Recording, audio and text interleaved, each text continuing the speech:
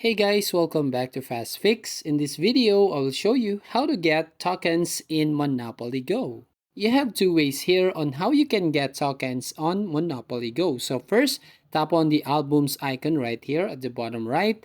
And then from here, if you collect all the stickers right here, then you will get some tokens from this app. And now the second way on how to get tokens is go and tap on the three lines at the top right.